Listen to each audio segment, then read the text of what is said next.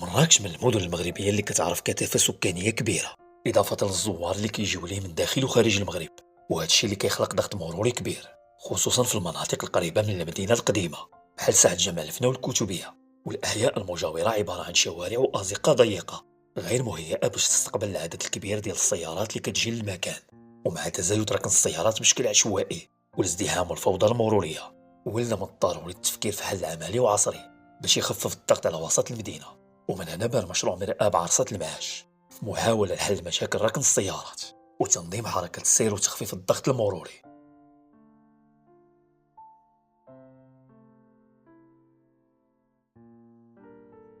وغير بعيد على موقع ورش مرآة بعرصة المعاش، وهناك ورش آخر قربت تنتهي الأشغال ديالو، وهو مشروع تهيئة ساحة جامع الفنا. وفي الفيديو ديالنا اليوم غنتعرفوا على فين وصلت إشغال مشروع مرآة بعرصة المعاش ومشروع تهيئة ساحة جامع الفنا. لكن قبل ذلك عزيزي المشاهد، نتمنى منك تشترك في القناة والضغط على زر الإعجاب، ونبداو على بركة الله.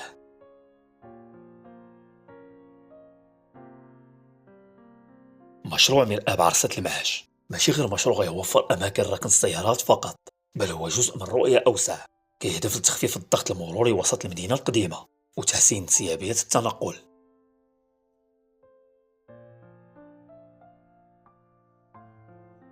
عرصة المعاش كانت في الأصل حديقة داخل أسوار المدينة القديمة زمان، وبالضبط على مشارف القصبة، ومن بعد ولات سوق خاص بسكان المنطقة وكذلك القبائل المجاورة خلال العصر الموحدي. ومن هنا جاء اسم المعاش دلالة على العيش، لأن كيف ما ذكرنا في المنطقة ارتبطت تاريخيا الحركة التجارية وتوفير حاجيات السكان اليومية بجميع المواد الاستهلاكية المتوفرة في ذاك الوقت. ومع بداية الحكم العلوي تحولت المنطقة لحي عسكري قبل ما تولي اليوم واحدة من أكثر المناطق حركية في مراكش.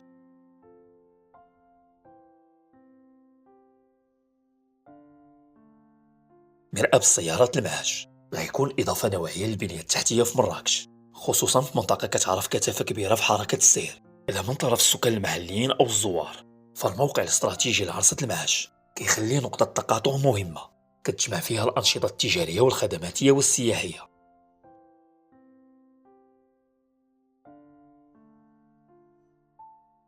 كتبلغ تكلفة إنجاز مشروع مرآب عرصة المعاش حوالي 7 مليار ونص سنتيم، والمساحة ديالو 5000 متر مربع مع طاقة استيعابية كتوصل ل 580 سيارة، من بينها أماكن مخصصة للدراجات النارية والعادية، وغيكون مجهز بأنظمة المراقبة الذكية والولوج الرقمي ومحطات شحن السيارات الكهربائية.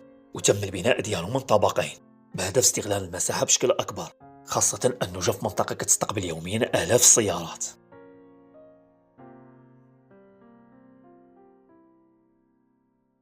عموما كيعكس مشروع مرآب عرصة المعاش توجه المدينة في إيجاد حلول حضرية حديثة للفوضى المرورية في الأزقة والشوارع الضيقة للمدينة القديمة، وتحسين تجربة التنقل وتسهيل ولوج زوار المرافق والمحلات التجارية، وهو اللي كينسجم مع التحولات اللي كتعرفها مراكش في السنوات الأخيرة كمدينة كتسعى لترسيخ المكانة ديالها كوجهة حضرية وسياحية عالمية كتجمع ما بين الأصالة والحداثة والتنظيم والاستدامة.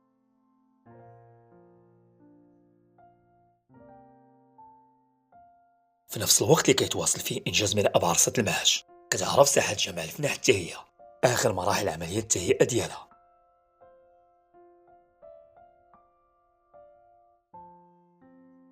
ساحة جمال الفنا ماشي مكان عادي داخل مراكش، بل فضاء تاريخي وثقافي استثنائي تم تصنيفه تراث وطني من سنة 1922 قبل ما تحول في سنة 2001 لأول ساحة في العالم كيتم إدراجها ضمن قائمة التراث الشفهي اللامادي الإنساني لمنظمة اليونسكو.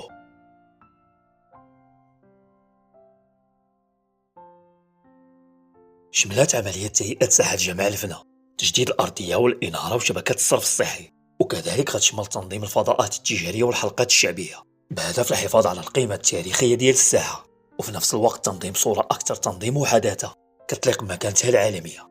وكتقدر التكلفة الإجمالية للمشروع بحوالي 12 مليار سنتيم.